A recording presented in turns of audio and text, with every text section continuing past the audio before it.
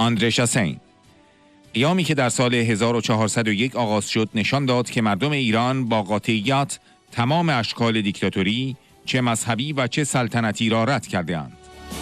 بارها گفتم که برنامه 10 ماده‌ای خانم مریم رجوی به من انگیزه داده است. این انگیزه بود که باعث شد در هر دوره‌ای از پارلمان به فعالیت در کمیته پارلمانی برای یک ایران دموکراتیک از روز تأسیس آن ادامه بدهم و امروز نیز ریاست آن را بر عهده دارم. فرانسه همواره نماد آرمان‌های آزادی و مقاومت در برابر ظلم بوده است. ضروری است که از آرمان‌های مردم ایران حمایت کنیم و همانطور که در اعلامیه حقوق بشر و شهروندی فرانسه در سال 1789 تصریح شده است، حق طبیعی آنها را برای مقاومت در برابر ظلم به رسمیت بشناسیم. این مقاومت امروز در اقدامات شجاعانه کانون‌های شورشی در داخل ایران به چشم می‌خورد.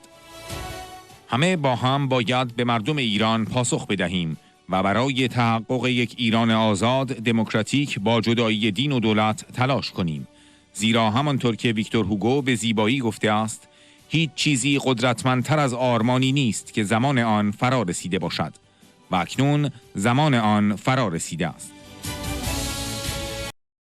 Chère Mariam Radjavi, chers collègues parlementaires et élus, Mesdames, Messieurs,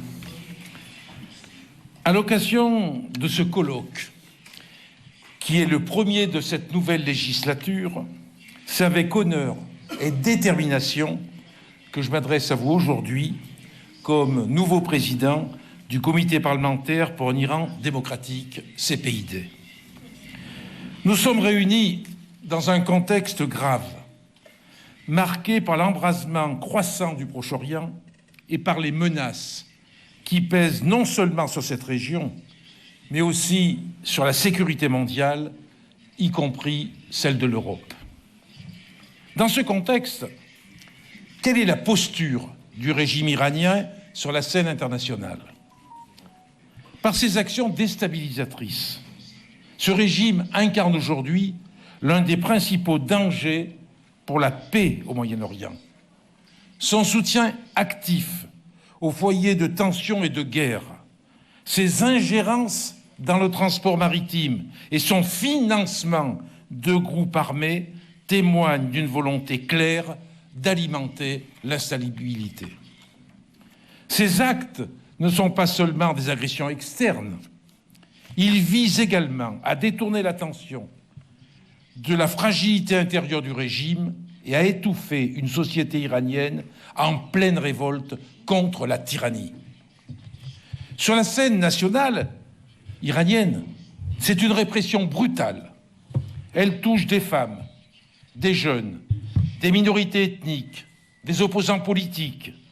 Elle reflète la nature profondément oppressive du régime. Un régime qui instrumentalise également le terrorisme international et la diplomatie des otages pour tenter de réduire au silence la résistance et maintenir sa position sur la scène mondiale. Le soulèvement déclenché en 2022 le montre. Le peuple iranien a démontré un rejet catégorique de toutes les formes de dictature, qu'elles soient théocratiques ou monarchiques. Ce mouvement, porté par les sacrifices de milliers de femmes et d'hommes, incarne une aspiration profonde à un Iran démocratique et laïque où les droits fondamentaux sont respectés et où la peine de mort est abolie.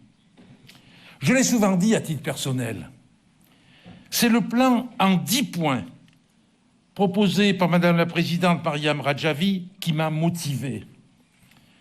Mandat après mandat, pour rester actif au sein du CPID depuis sa formation, jusqu'à en assurer aujourd'hui la présidence. Ce plan, il est soutenu par des milliers de parlementaires à travers le monde, y compris 400 députés et sénateurs en France.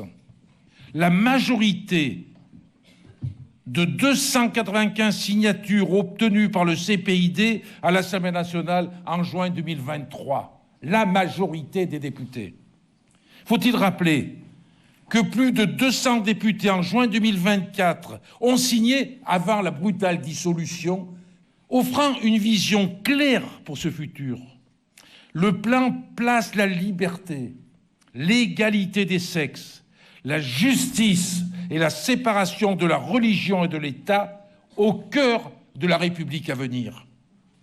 Pour conclure, je rappellerai que la France a toujours été un phare pour les idéaux de liberté et de résistance contre l'oppression. Aussi devons-nous agir aujourd'hui pour désigner le corps des gardiens de la révolution islamique comme entité terroriste et exiger des sanctions plus strictes contre le responsable des violations des droits humains en Iran. Il est impératif que nous soutenions les aspirations du peuple iranien et reconnaissions son droit naturel à résister contre l'oppression, tel que consacré par notre Déclaration des droits de l'homme et du citoyen de 1789. Cette résistance, je dis bien cette résistance, prend aujourd'hui forme dans les actions courageuses des unités de résistance à l'intérieur de l'Iran. Mesdames et messieurs, chers collègues, ce colloque est une opportunité cruciale pour réaffirmer notre solidarité avec le peuple iranien et pour développer des stratégies concrètes afin de soutenir leur quête de justice et de démocratie.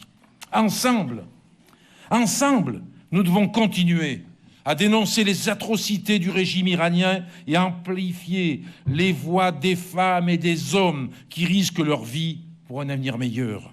Ensemble, nous devons répondre au peuple iranien et travailler à instaurer un Iran libre, démocratique et laïque. Car, comme l'a si bien dit Victor Hugo, rien n'est plus fort qu'une idée dont l'heure est venue. Une idée dont l'heure est venue. Parce que l'heure est venue.